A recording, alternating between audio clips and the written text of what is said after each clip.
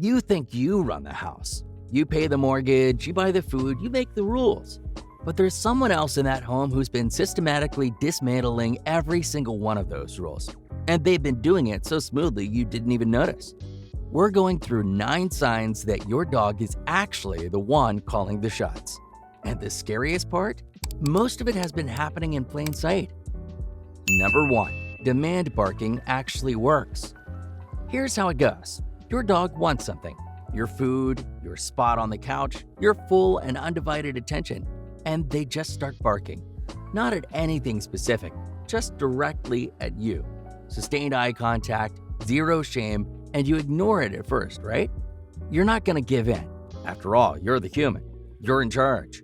But then it gets louder and more persistent. And somewhere around bark number 47, you just get up. You check the bowl, you toss them a treat, you move over on the couch, whatever. You do something to make it stop. And the second you do that, your dog has won. More importantly, they've learned. The American Kennel Club actually has a term for this: demand barking. And the whole reason it keeps happening is because it gets results. Every time you react, your dog logs that away. Bark, human moves. Problem solved. Dog trainers will tell you straight up, this isn't random noise, it's a system, and your dog figured it out way before you did. Number 2, your dog decides when attention happens. Notice how your dog never waits for you to come to them? It's always the other way around. The paw on your leg, the nose shoved under your hand, the chin dropped dramatically onto your keyboard right in the middle of something important. They don't ask, they just initiate. And somehow, you always respond. This one's sneaky because it doesn't feel like a problem. Rather, it feels kind of cute, affectionate even. But what's actually happening is your dog has figured out they can tap you like a vending machine and something good comes out. Every paw, every nudge, every full body lean, and you pet them, talk to them, stop what you're doing. Dog behaviorists call this attention-seeking behavior, and the pattern is pretty straightforward. If your dog starts every single interaction and you keep playing along, they're not just asking for attention, they're scheduling it on their terms, at their timing, whenever they feel like it. Their calendar just happens to be open. Number 3, you're the one doing the moving. Picture this, you're walking to the kitchen and your dog is just in the middle of the hallway, completely sprawled while fully committed to that spot. And without even thinking about it, you step over them or around them. Maybe you do this little sideways shuffle you've genuinely gotten good at. Your dog doesn't move 1 inch. In fact, your dog does not even open their eyes. And this happens constantly. In the doorway, at the bottom of the stairs, directly in front of the fridge. Prime real estate, every time. And the wildest part is, you've just accepted it. You've restructured how you move through your home around where your dog decided to lie down. Reddit threads about this are honestly hilarious because so many owners relate to it immediately. Dog owners talk about teaching their dogs a move cue because the alternative was just tiptoeing around them forever. Now, this isn't really about dominance. It's simpler than that. Your dog picked a spot, stayed there, and your household quietly adapted. Nobody voted on it. It just happened. Number 4. The future rules are whatever the dog says they are. You had a policy. Maybe it was strict, no dogs on the couch. Maybe it was reasonable. Okay, the couch, but not the bed. Either way, there was a policy. And then slowly, quietly, that policy got dismantled without any formal discussion. It started with one exception. Maybe one day they looked cold or sad or just really, really comfortable up there and you didn't have the energy. And now? Now there's a specific corner of the couch that's just theirs. You ask permission before sitting in it, and if you do sit there, you're getting the stare. The AKC is pretty clear that furniture access needs to be a consistent, deciding thing, because the moment the rules get blurry, dogs will fill that gap themselves. The VCA points out it can actually escalate into resource guarding, where your dog isn't just using the furniture, they're protecting it from you, in your house. The couch you bought, the bed you pay for every month, you're now a guest on both of them, and the terms of access change depending on your dog's mood that day. Number 5. Every meal is a shared experience.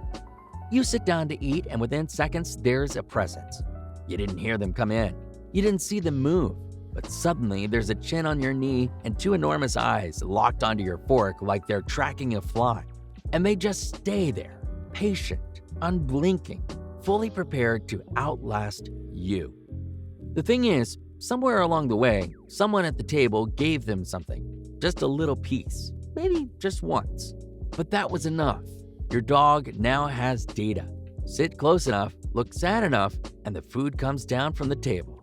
It's basically a science experience, and they've already got the results. Behaviorists are pretty consistent on this. The moment begging gets rewarded, even once, behavior locks in.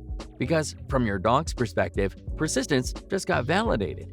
So now, every meal has a participant who didn't cook, didn't set the table, and contributes nothing to the conversation. They just show up, apply emotional pressure, and usually walk away with something. Honestly, it's kind of impressive. Number 6. Commands are more like suggestions. Your dog knows sit. You know they know it. They've done it 1,000 times. They'll do it right now if you're holding a treat at the right angle in the right room with no distractions. But ask them to sit when there is something interesting outside. Suddenly, they've never heard the word in their life. Total blank stare, like you're speaking a foreign language. This is one of those things that sounds like a training gap, but it's actually a dynamic worth paying attention to. Professional trainers talk about this constantly. It's called generalization, and it basically means a dog that only responds under perfect conditions hasn't really learned the cue. They've just learned when it's worth listening. And that decision? That's your dog making a judgment call in real time. The information was received, they just weighed their options. The treat wasn't good enough, the distraction was more interesting. Or maybe you didn't sound convincing. Whatever the reason, they assessed the situation and opted out, which means on some level, they're running that interaction completely. Number 7. Your dog has a whole greeting routine nobody approved. Somebody walks through your front door, and before you can even say hello, your dog has already made their first impression.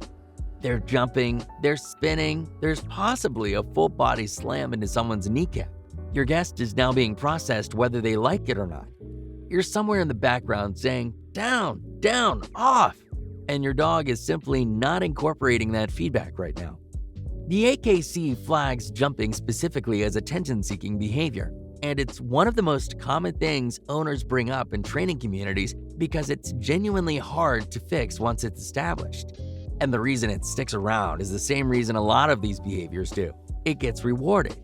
Guests laugh, they pet the dog anyway, they say, "Oh, it's fine, I don't mind," and suddenly the behavior just got a 5-star review. Your dog didn't read the room.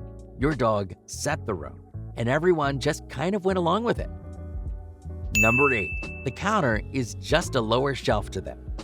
At some point, your dog discovered that food just lives up there, unattended, accessible, and completely worth the effort.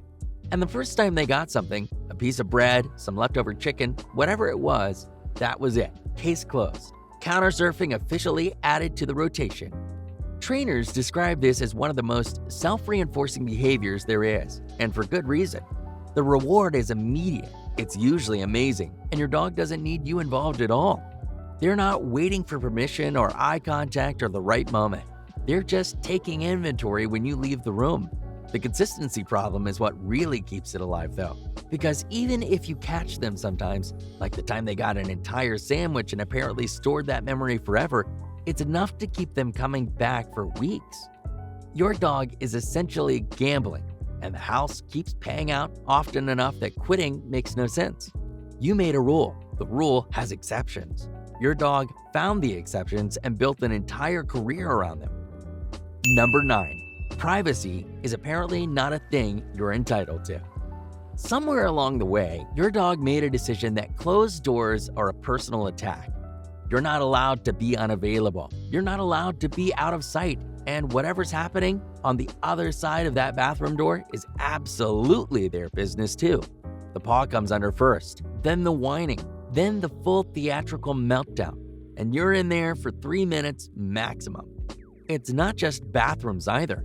Any room you disappear into, any moment you become temporarily unreachable, that's a problem that needs solving immediately.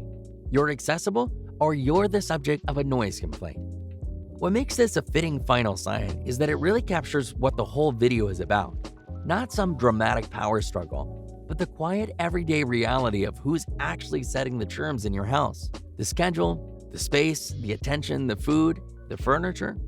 If you watch this whole thing nodding along, the answer is probably staring at you right now, waiting to be pet. Hey, if you enjoyed this, you'll probably love this video here. And if you hit subscribe, I'll donate a meal to a rescue dog on your behalf.